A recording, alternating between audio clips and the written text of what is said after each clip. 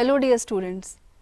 In the third part of the topic of sexual reproduction in flowering plants under the unit reproduction, we will cover the process of pollination and its kinds, pollen-pistil interaction and artificial hybridization.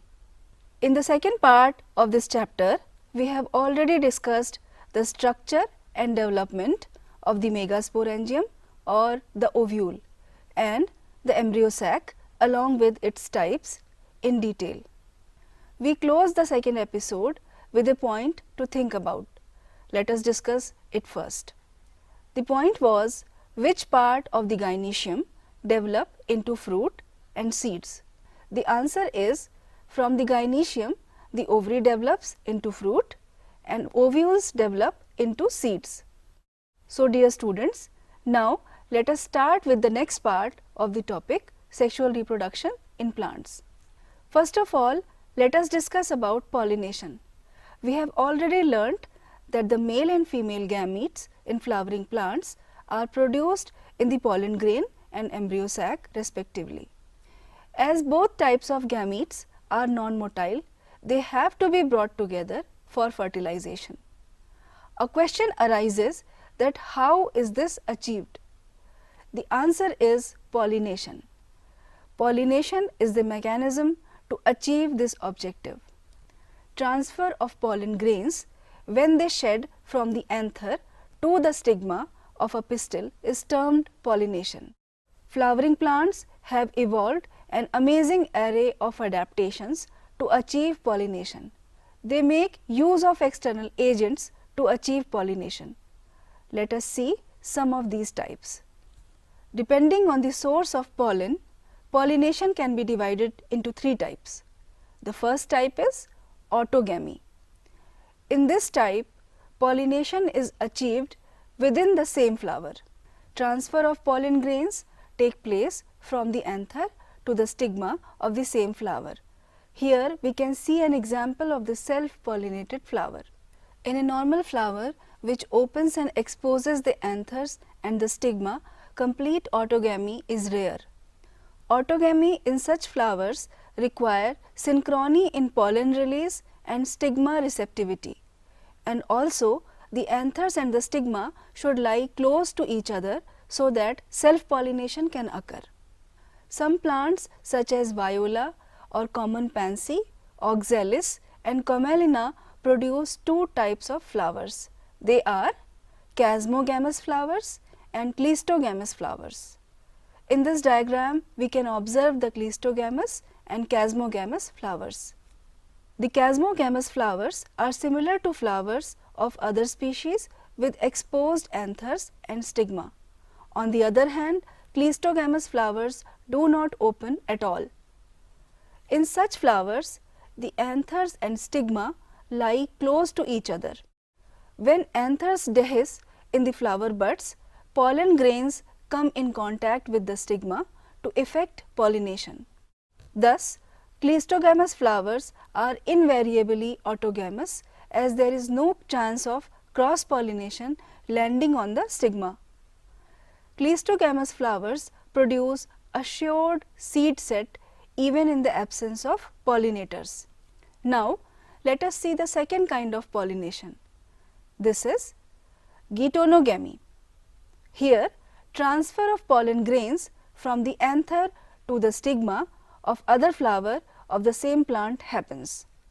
Although geitonogamy is functionally cross-pollination involving a pollinating agent, genetically it is similar to autogamy since the pollen grains come from the same plant. Now, let us see the third kind of pollination. It is xenogamy.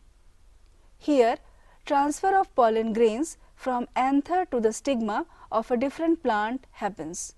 This is the only type of pollination which during pollination brings genetically different types of pollen grains to the stigma.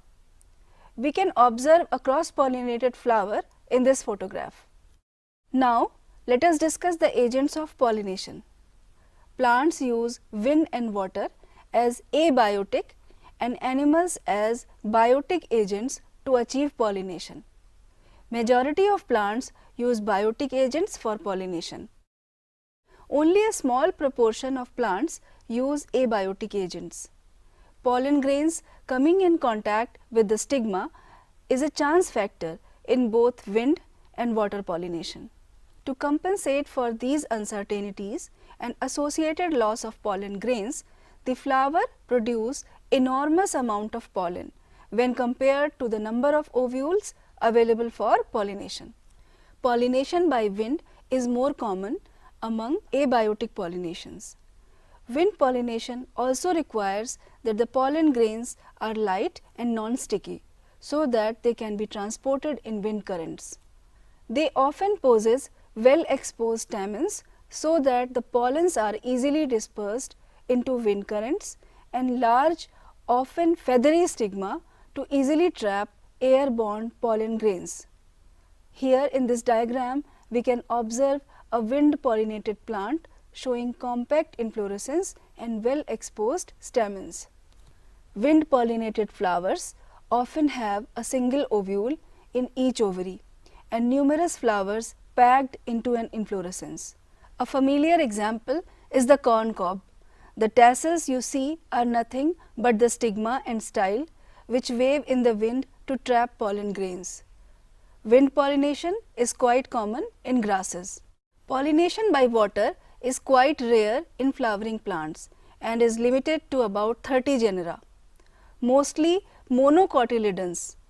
As against this, you would recall that water is a regular mode of transport for the male gametes among the lower plant groups such as algae, bryophytes and pteridophytes. It is believed, particularly for some bryophytes and pteridophytes, that their distribution is limited because of the need for water for the transport of male gametes and fertilization. Some examples of water pollinated plants are Vallisneria and Hydrilla, which grow in fresh water, and several marine sea grasses such as Zostera. It is important to know that all aquatic plants do not use water for pollination. In a majority of aquatic plants such as water hyacinth and water lily, the flowers emerge above the level of water and are pollinated by insects or wind, as in most of the land plants. In Vallisneria, the female flower reaches the surface of water by the long stalk, and the male flowers or pollen grains are released onto the surface of water. They are carried passively by water currents. Some of them eventually reach the female flower and the stigma. We can observe pollination by water in Vallisneria in this diagram. In another group of water pollinated plants such as sea grasses, female flowers remain submerged in water and the pollen grains are released inside the water. Pollen grains in many such species are long, ribbon-like, and they are carried passively inside the water. Some of them reach the stigma and achieve pollination. In most of the water pollinated species, pollen grains are protected from wetting by a mucilaginous covering. Both wind and water pollinated flowers are not very colorful and do not produce nectar. Majority of flowering plants use a range of animals as pollinating agents: bees, butterflies, flies, beetles, wasps, ants, moths, birds like sunbirds and hummingbirds, and bats are the common pollinating agents. Here in this photograph we can observe an insect pollinating a flower. Among the animals, insects, particularly bees, are the dominant biotic pollinating agents.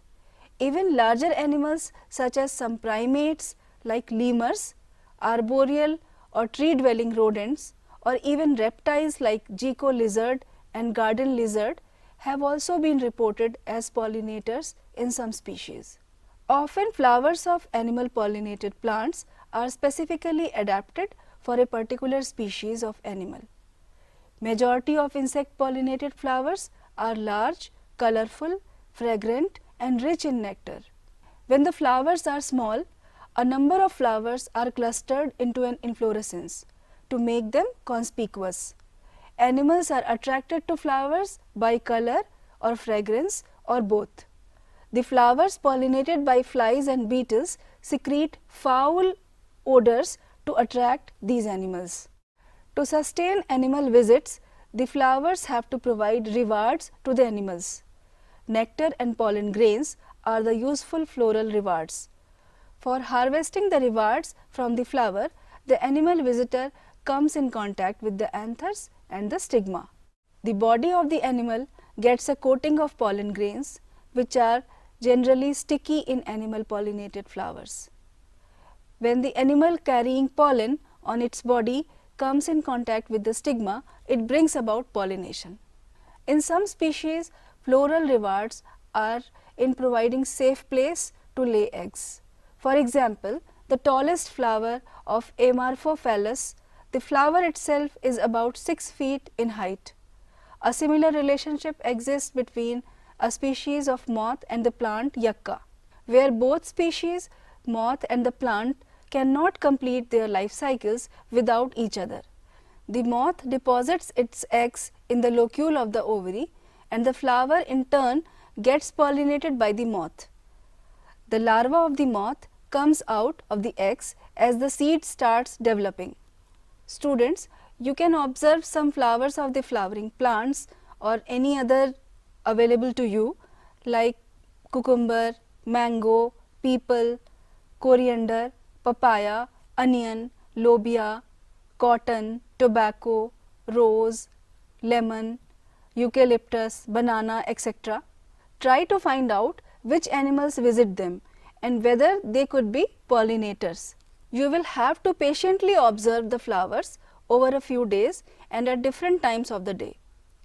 You could also try to see whether there is any correlation in the characteristics of a flower to the animal that visits it. Carefully observe if any of the visitors come in contact with the anthers and the stigma, as only such visitors can bring about pollination.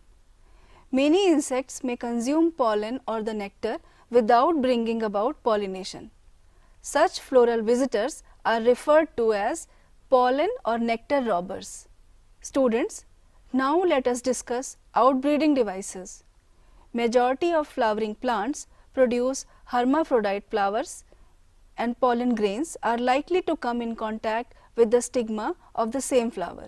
Continued self-pollination result in inbreeding depression. Flowering plants have developed many devices to discourage self-pollination and to encourage cross-pollination. In some species, pollen release and stigma receptivity are not synchronized.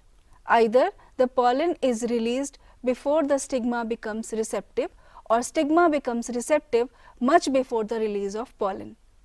In some other species, the anther and stigma are placed at different positions so that the pollen cannot come in contact with the stigma of the same flower.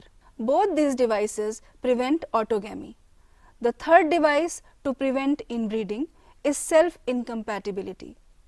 This is a genetic mechanism and prevents self-pollen, which means pollen from the same flower or other flowers of the same plant from fertilizing the ovules by inhibiting pollen germination or pollen tube growth in the pistil. Another device to prevent self-pollination is the production of unisexual flowers. If both male and female flowers are present on the same plant, such as castor and maize, which is monoecious, it prevents autogamy but not geitonogamy. In several species such as papaya, male and female flowers are present on different plants. That is, each plant is either male or female. This condition prevents both autogamy and geitonogamy. Students, let us discuss that what is pollen-pistil interaction. Pollination does not guarantee the transfer of the right type of pollen. Often, pollen of the wrong type, either from other species or self-incompatible pollen from the same plant, also land on the stigma. The pistil has the ability to recognize the pollen, whether it is the right type or compatible or the wrong type or incompatible. If it is of the right type, the pistil accepts the pollen and promotes post-pollination events that leads to fertilization. If the pollen is of the wrong type, the pistil rejects the pollen by preventing pollen germination on the stigma or the pollen tube growth in the style. The ability of the pistil to recognize the pollen followed by its acceptance or rejection is the result of continuous dialogue between pollen grain and the pistil. This dialogue is mediated by chemical components of the pollen interacting with those of the pistil. It is only in recent years that botanists have been able to identify some of the pollen and pistil components and the interactions leading to the recognition followed by acceptance or rejection. As mentioned earlier, following compatible pollination, the pollen grain germinates on the stigma to produce a pollen tube through one of the germ pores. In this diagram, we can observe the pollen grains germinating on the stigma. The contents of the pollen grain move into the pollen tube. Pollen tube grows through the tissue of stigma and style and reaches the ovary. We can observe the pollen tubes growing through the style in this diagram. The next diagram shows the longitudinal section of pistil showing the path of the pollen tube growth. Students, you would recall that in some plants, pollen grains are shed at two-celled condition with a vegetative cell and a generative cell. In such plants, the generative cell divides and forms the two male gametes during the growth of pollen tube in the stigma. In plants which shed pollen in the three-celled condition, pollen tubes carry the two male gametes from the beginning. Pollen tube, after reaching the ovary, enters the ovule through the micropyle and then enters one of the synergids through the filiform apparatus. In this diagram, you can observe an enlarged view of an egg apparatus showing entry of pollen tube into a synergid. The next diagram shows discharge of male gametes into a synergid and the movements of the sperms, one into the egg and the other into the central cell. Many recent studies have shown that filiform apparatus present at the micropylar part of the synergids guide the entry of pollen tube. All these events from pollen deposition on the stigma until pollen tubes enter the ovule are together referred as pollen-pistil interaction. As pointed out earlier, pollen-pistil interaction is a dynamic process involving pollen recognition followed by promotion or inhibition of the pollen. The knowledge gained in this area would help the plant breeders in manipulating pollen-pistil interaction, even in incompatible pollinations, to get desired hybrids. It is important to know that a plant breeder is interested in crossing different species and often genera to combine desirable characters to produce commercially superior varieties. Dear students, we are now reached at the last point of this part of this lecture, which is artificial hybridization. Artificial hybridization is one of the major approaches of crop improvement programs. In such crossing experiments, it is important to make sure that only the desired pollen grains are used for pollination and the stigma is protected from contamination from unwanted pollen. This is achieved by emasculation and bagging techniques. If the female parent bears bisexual flowers, removal of anthers from the flower buds before the anther dehisces using a pair of forceps is necessary. This step is referred to as emasculation. Emasculated flowers have to be covered with a bag of suitable size, generally made up of butter paper, to prevent contamination of its stigma with unwanted pollen. This process is called bagging. When the stigma of bagged flower attains receptivity, mature pollen grains collected from anthers of the male parent are dusted on the stigma and the flowers are rebagged and the fruits are allowed to develop. If the female parent produces unisexual flowers, there is no need for emasculation. The female flower buds are bagged before the flower open. When the stigma becomes receptive, pollination is carried out using the desired pollen and the flower rebagged. So students, with this we have come to an end of the third part of this lesson on sexual reproduction of flowering plants. Here we have discussed the process of pollination and its kinds, pollen-pistil interaction and artificial hybridization. In the next episode, we will focus on double fertilization and post-fertilization structures and events like endosperm and embryo development, formation of seeds in the fruits, parthenocarpic fruits and the process of apomixis and polyembryony. The point for thinking for this part of the lesson is, what is vivipary in plants? We will discuss this point in the next part of the program. With this, I conclude this episode. Thank you.